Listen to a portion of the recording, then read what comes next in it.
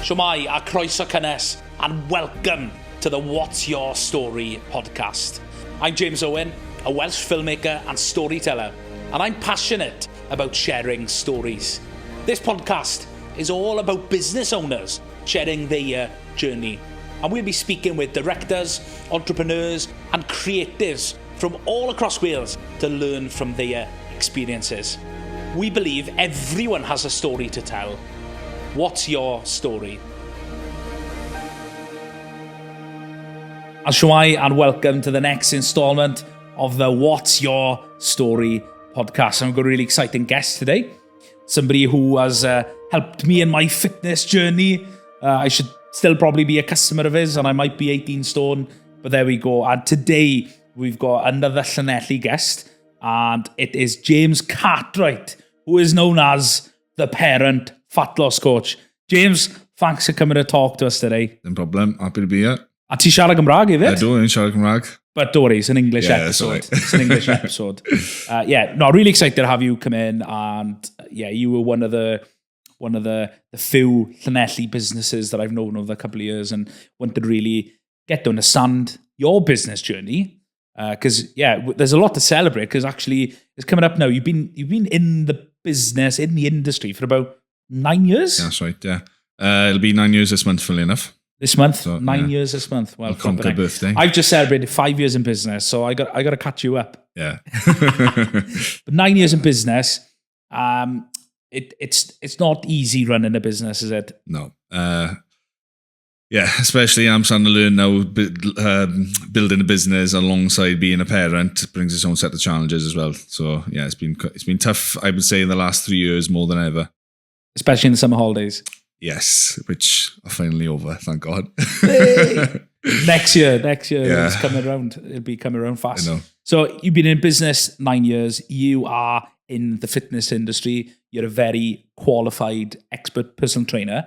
You've built your business over the last nearly decade now, and it's developed and changed. We're going to talk a bit about that business story, really. But you never always wanted to be a personal trainer. No, so I did my degree initially in business. Always had a natural flair for business. My parents had a business when we were younger, so hearing the terminology and stuff around the house just came really natural. Obviously had an interest in sport and PE and rugby and stuff. So for A-level, I did business and PE. I had good grades and stuff. Wasn't a very model student, I'll be honest, but I did well in those particular topics. So I went into university doing a business degree. I initially went to do hospitality management and lasted about 6 months. So I spent the remainder of the year up in Cardiff doing what students do best. And then I started fresh and I did a business and management degree, and then came home, and I really struggled, to be honest, because I had the qualifications, but I had no experience. And my degree was sort of made up of part-time drinking, part-time. My attendance wasn't the best, but I managed to fluke a lot of the exams, so just managed to scrape a 2-2. So yeah, it wasn't the best.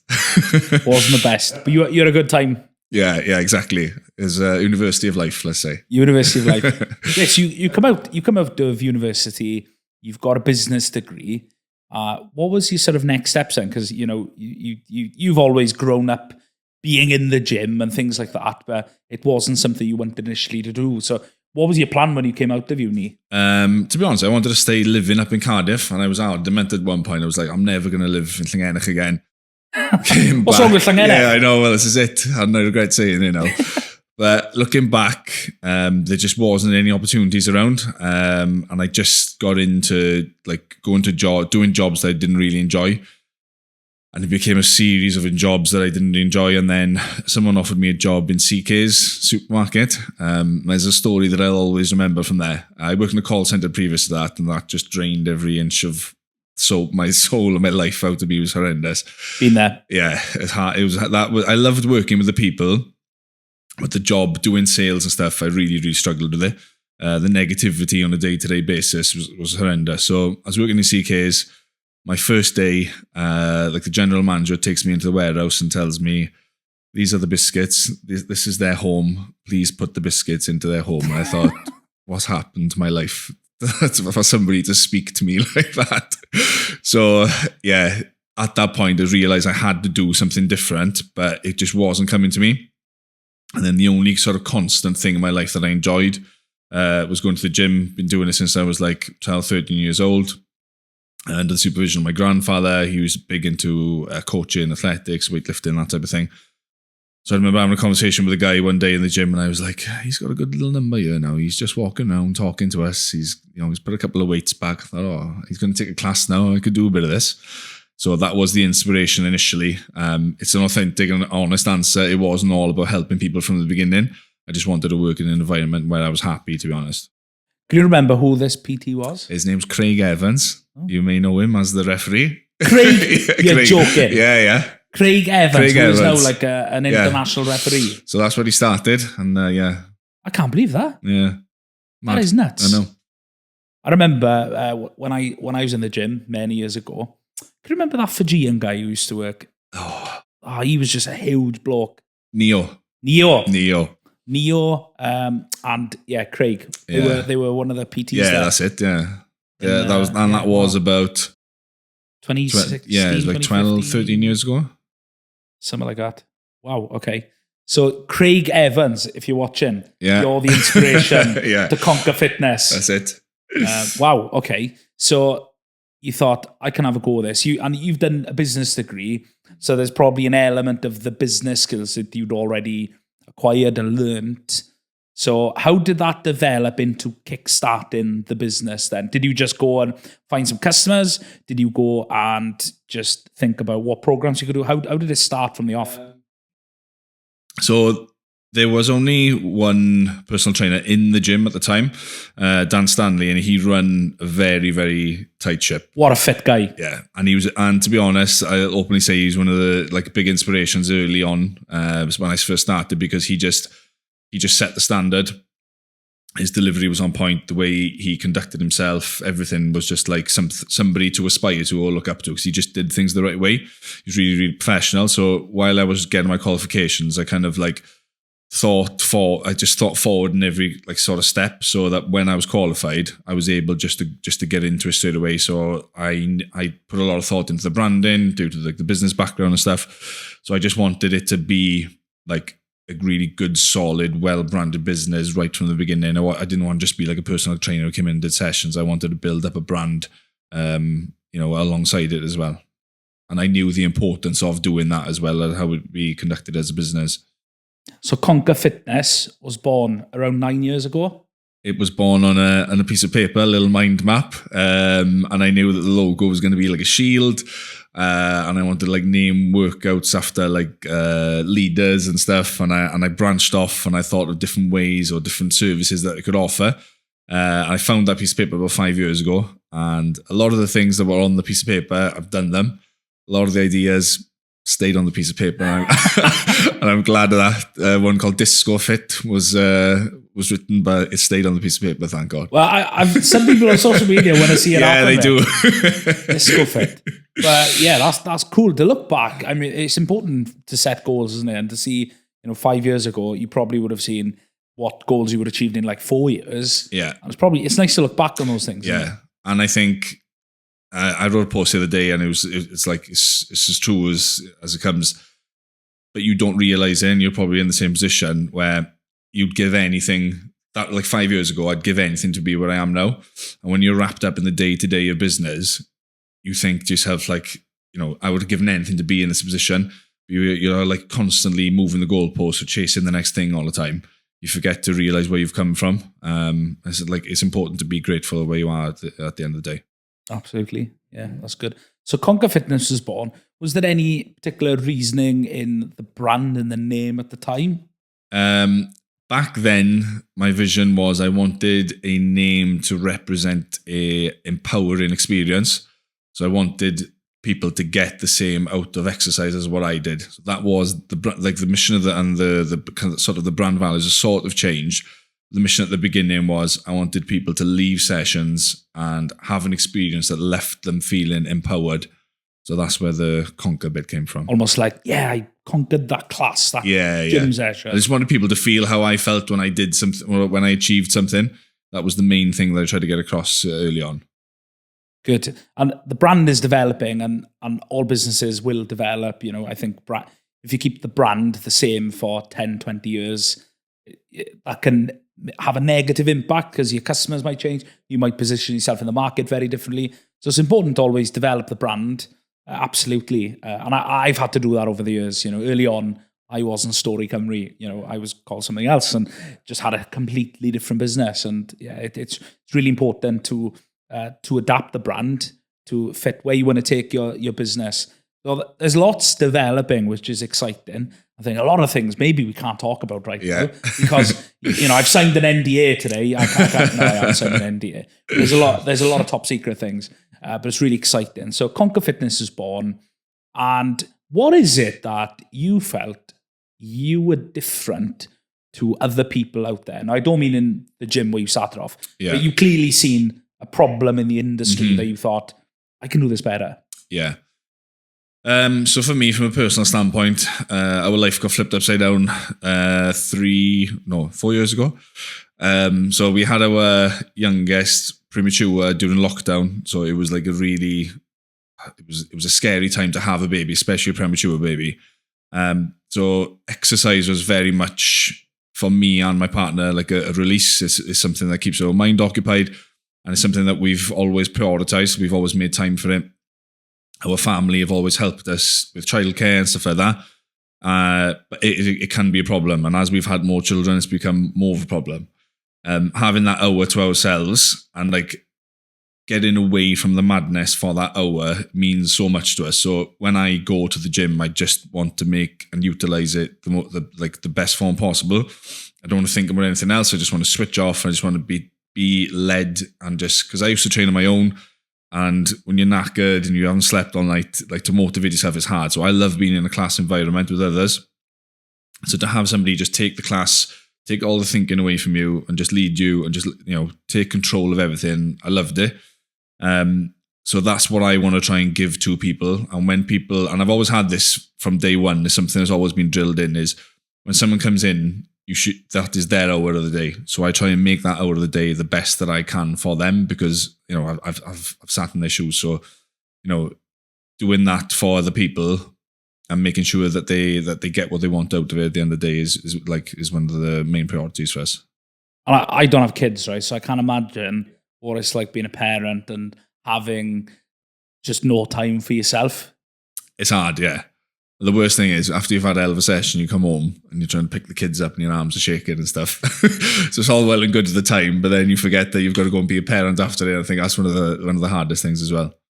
So COVID was a big challenge for you personally in your family. Married, and you've now got how many kids? 3.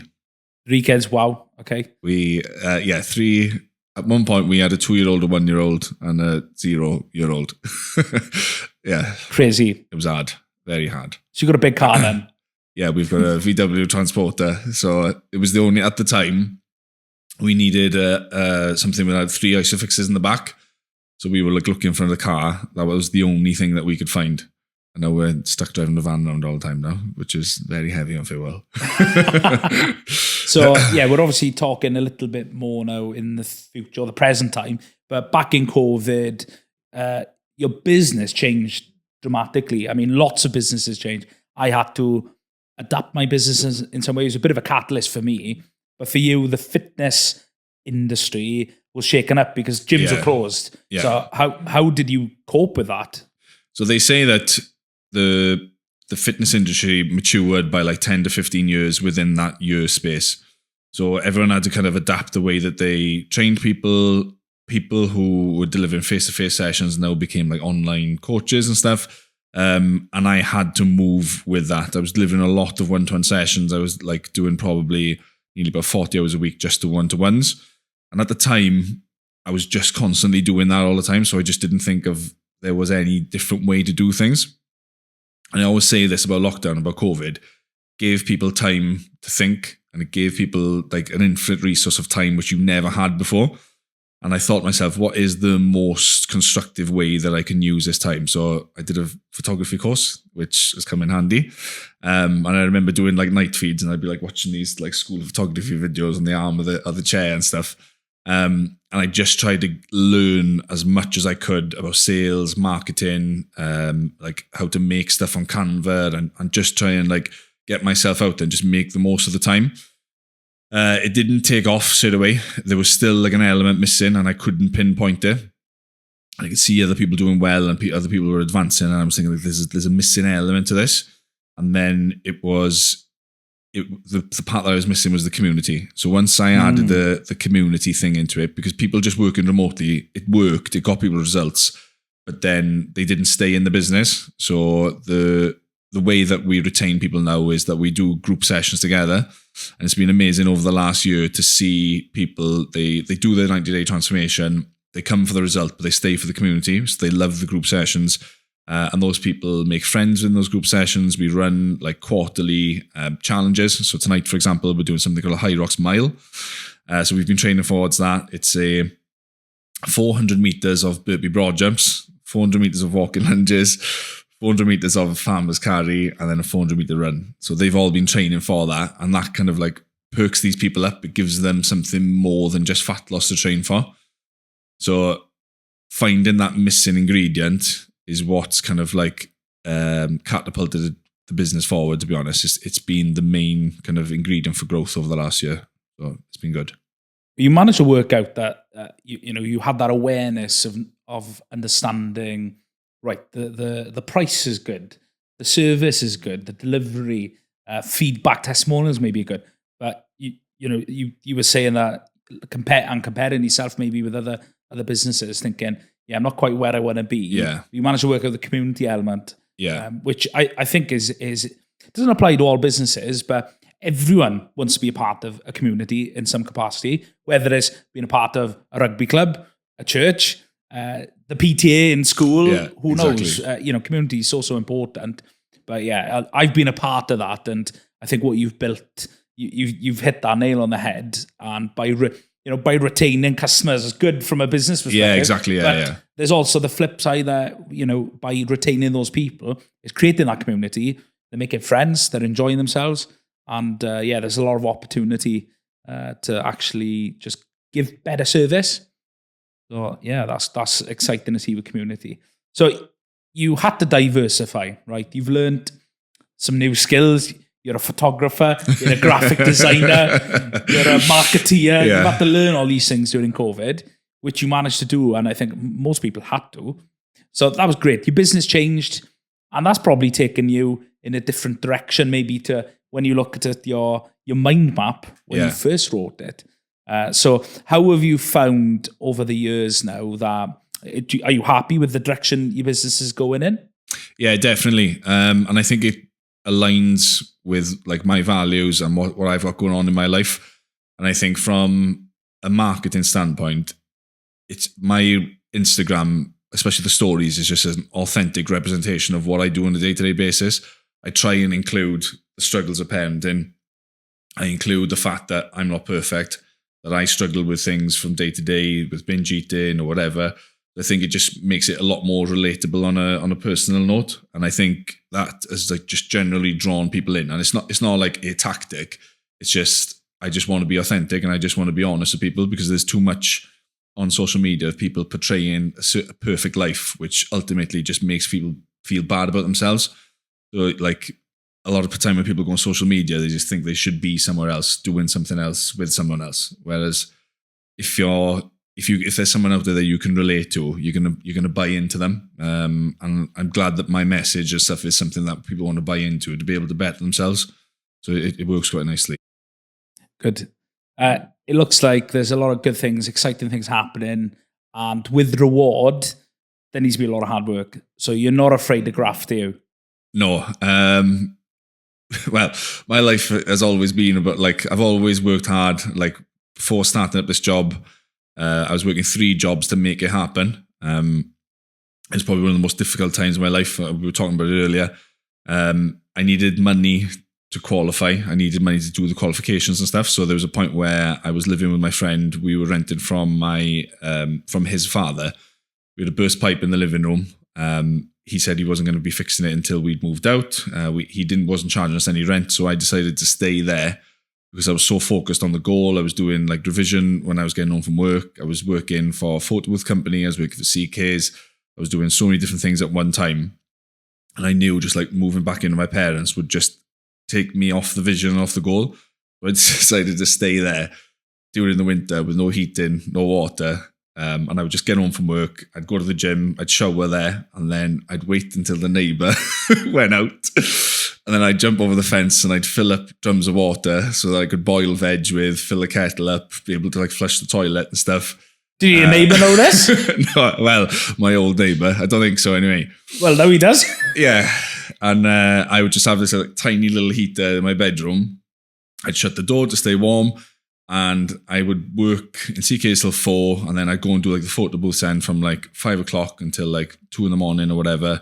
And I just worked that cycle over and over. And I remember specifically like stacking shelves in CKs, like nearly falling asleep on my face. Like it was horrible. And then during that time, loads of things just went wrong. So I'd save up a load of money and then something would go on the car. And I like all the little money that I had saved would be gone. And then something flipped and I just had like a series of good things happen. And I've always been a firm believer of the night's always darkest before the dawn or whatever. But yeah, loads of bad things just happened. And then just good thing happened after time after time. Me and my friends went on a program called Release the Hounds, won a bit of money on there. I started in the gym, had an opportunity in the gym. I met Holly in that month. And things just started to shift then. And I truly believe it was like I put so much graft in and so much hard work, so much sacrifice, like something good had to happen at the end of it. Do you know what I mean? I think if you put 100% into something, you get 100% out. Yeah, that's it's not rocket science. No. You've got to work hard to get rewarded. Yeah. If you don't work hard, you can't expect to have something on a plate. You know, that's my belief and my work ethic. And I've seen over the years of hard graft, you know, building the business, and I'm getting to see the rewards. It doesn't stop because it never then becomes easier. You find a new challenge or something else happens. So yeah, it's exciting to see all that graft you put in the early stage of the business was helping you position where you are today as the parent fat loss coach. This is it. And I love that because when I see the stories and all the different things you put out there, it's good marketing, but it's also real because you are just being you. And I think when you're yourself and when you're authentic and prospective customers see that, people love authenticity. They buy into that, don't they? Yeah, definitely. And it just builds up a good reputation. And since that's one of the things, since I started in business, I've always really thought ahead about my reputation. I've never had a disagreement with a customer. If they've said, this isn't for me, I've just refunded the money straight away. I've never had sort of a disagreement or anything because having a good reputation, I know, just speaks volumes. But any time where I've been, even if it's in my own detriment, if I could see a conflict come in, I've just walked away from it, or I've just honoured the customer or whatever, because I just feel like just having that good reputation just speaks volumes, and it precedes you, doesn't it? So talking about working hard, right? I think a lot of people in business, whether they're CEOs or a one-man band running a business, whatever that may look like, I find that when people work hard, there's this perception of, I need to work hard to make a success out of something. But sometimes working hard can compromise family life, marriage, relationships. So how have you balanced working hard while still maintaining a good, healthy work-life balance? That's a good question, funny enough. So this is one of the things that when I made the transition when I knew the first baby was coming, I knew that things needed to change. Then we found out shortly after we were having Hudson. So I knew I had to change the business model. So I was delivering a lot of one-to-one sessions. So I knew that I had to come up with a business model that was able to facilitate my family, because working from 6 a.m. till 12 in the afternoon, having 2 hours off, and then going back in by 4 until 8 every single night of the week just doesn't fit in with family life. I was also coaching with Llanelli RFC at the time. So the evenings were getting later and later all the time.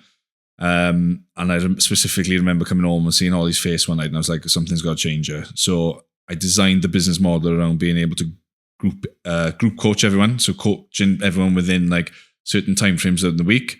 And then I would deliver majority of the service through a good, solid, like online service with the app and stuff, which made things far more accessible for everyone. And I was able to cut my working time down like a lot. But it's still hard. A lot of my work is done on the phone, and I wish that I could be that parent that's always present all the time.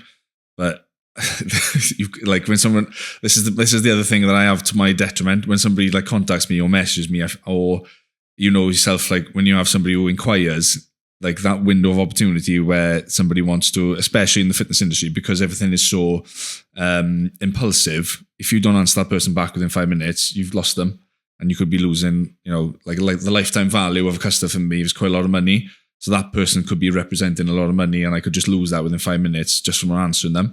So it's hard to have that cut off. That is true, because you give somebody a long time to, if there's a long window between them getting back to you. Yeah. I think there is a statistic, especially in the corporate world. If you go 24 hours, you lost it. You know, without getting back to a customer, they're not interested. Because they're already going to look for somebody else to fill that need. So it's tough. It is tough, because then if somebody messages you at like 7 in the evening and you're there, I don't know, watching Netflix with Holly, what are you going to do? Are you going to go, I'll answer that tomorrow? Or do you go, sorry, I've got to get this? And a lot of the time it is one of those situations, and I wish that it could be different. I have way more free time than I did before. And sometimes I feel guilty that I've got that free time, but then I think back about all of the hours that I've put in and all of the long days and long nights. Like Friday now has pretty much become a little bit of a bit of a day off, coincidentally. And then during the summer holidays, I just stopped having that feeling of guilt, because I was like, I'm spending time now with my kids that I would never be able to do if I had never made the decision years ago to get into this line of work. So there's always that, when you're self-employed, there's always the guilt of taking time off, but that just, you got to see it in a way as it's making you a better person, it's making you fresh, making you a better parent, and you can go back to the work with, you know, a much better mindset then, isn't it? So you're coming up to being in the industry for 9 years, nearly a decade. Where do you see James Cartwright, Conquer Fitness? Where are you going with this business? And what are your sort of next steps?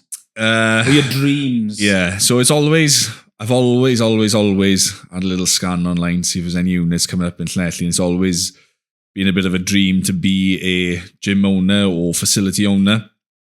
I just feel like there's a gap in the market at the minute for people like parents like myself to have somewhere, like not somewhere necessarily that you can always take your kids, but if you were struggling, that there was be a part of the gym that would be able to facilitate them, whether it would be like an area with some toys or like some bean bags where they could just go on the iPad, like under the parents' discretion and stuff. I just feel like there's something there. And I feel the gym industry has changed loads. So your commercial gym, I feel, just wants to get people through the door. They don't really care if people turn up. They charge them like 30, 40 quid or whatever. And that person will probably go like once or twice a year and then just eventually cancel. I don't feel like there is somewhere that has that next level of care for people who are ready to, who are willing to pay that little bit extra. And I feel like building a facility that would give people help with their nutrition, coach them properly, and have some sort of accountability system outside of the gym that, you know, encourages and like promotes good results. I feel like there's something there. Well, I don't think, certainly internationally, I don't know if there's anywhere in like Carmarthenshire that's got something like that. No, not that I know of. Yeah. Have you seen anything like in the States? Or I've seen there's a place in Manchester called, I think it's called Life, Health and Fitness or something like that. And that it's a very much an inclusive, very open approach. It's a massive facility. They've got like a soft play in there, and they've got like a play park outside. I don't think we'll be going to those extent, but you never know.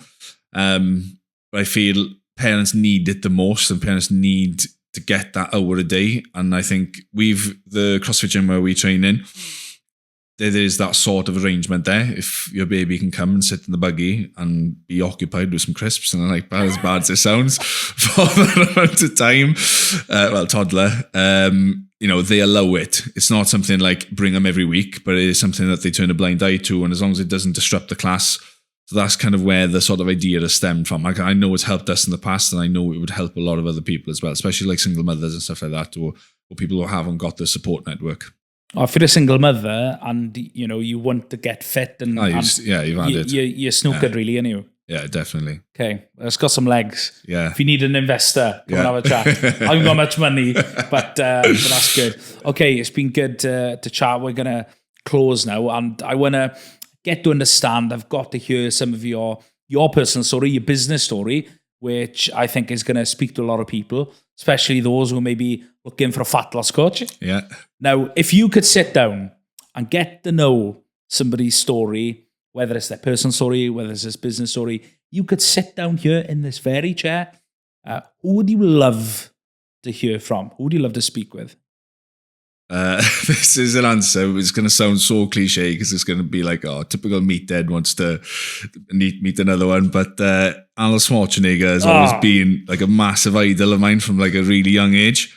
And growing up like 13, 14 years old at the Arnold Encyclopedia of Bodybuilding, always been like an icon and somebody who has like revolutionized every kind of element he's gone into. So from like the bodybuilding perspective through to the movies, through to the political career. And I've read a lot of the autobiographies and stuff, and I just find the story, like talking about work ethic, it's there in black and white. It's just somebody who's just relentless. For somebody to be able to be so influential and be so successful in so many different areas, couldn't really speak English when he first went into the movies and stuff. So for him to be able to go into like a political career as well, not that really excites me, not really politically minded, but it's just, I just find him such a fascinating, intriguing person, and like the mindset he's got, it would just be great to hear more and go into more detail about the nitty gritty, maybe the stuff that he hasn't shared over the years, you know? Nice. And he's coming on episode 94. He's coming to Llanelli. I'll sit in the corner. You'll be here. Thanks for coming on. It's been a great conversation. And I'd love people to get to know you a bit better. And if they need to come along to a class or a group, how can people reach out to you, James? So people can just drop me a message on Instagram. So my handle is, I should know this, James Cartwright PT. Or if you just type in Conquer Fitness, my page will come up. Same thing on Facebook. Just drop me a little DM, and we can see if you're a good fit for the service. Then. Any discount for Story Cymru listeners? Oh, of course. Awesome. Thanks for coming on. James. Really appreciate it. Awesome. Thank you very much.